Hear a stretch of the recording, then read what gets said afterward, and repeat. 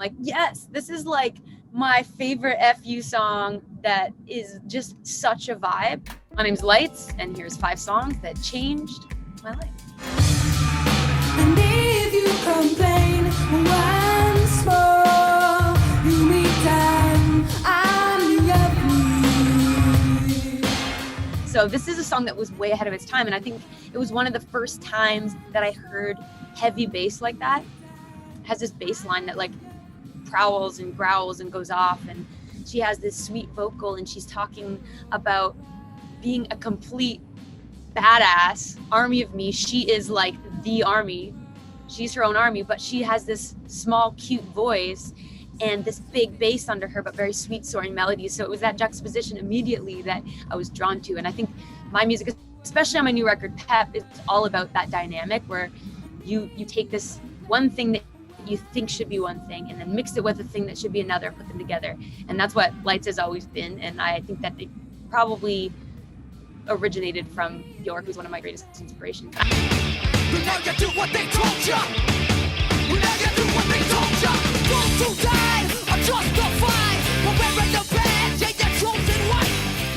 When I was younger and listened to Rage, it like summoned just these powerful feelings in me that I think a lot of people felt when they listened to it. Like, it taught me that you can motivate people to a cause with music and with lyric.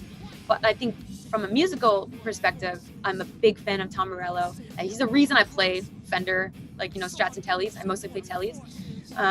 When I was like in my late teens, I joined a metal band, and I remember, you know, because of Tom Morello, I really liked like riffy single line stuff, like simple riffy stuff. So I just play a Telly, and I actually played a Strat in my metal band. And everyone's like, that's the least metal guitar. Everyone played BC Riches and Gibsons and stuff. And I was like, nah.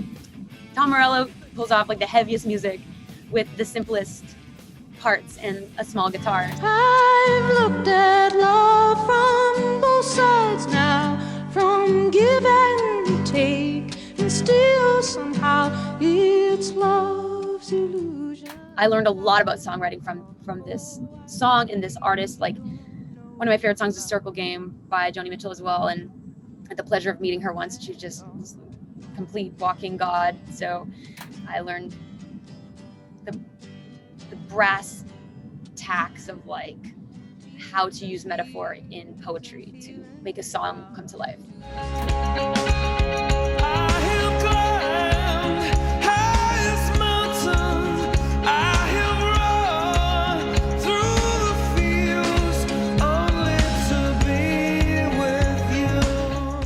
The first time I heard that song when I was 11, and I remember just tuning into it and being like, I really like this song.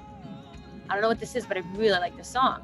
And then I went home and my dad was like, oh, let me tell you, Joshua Tree, and just was so over the moon, because that album came out the year I was born. So it was like the album that to him was like in tandem with my birth. And so I immediately had this connection with the record, and it never stopped being an album in that song that I loved. When you listen to those melodies, they're anthemic and like almost hymn-like. In the production, it wasn't trying to be trendy. It was just, I'll employ trendy production techniques and melodic ideas that are, you know, something that maybe won't be trendy in 5 years.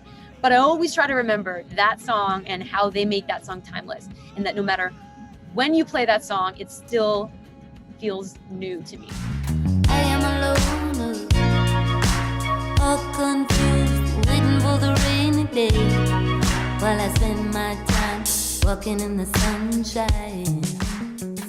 This is my prime example of the song that makes me feel so powerful. And it's this vibe, and the chorus is swinging from a palm tree, I'm drinking coconut, I'm sipping coconut kiss, you don't get to know me. I'm like, yes, this is like my favorite FU song that is just such a vibe.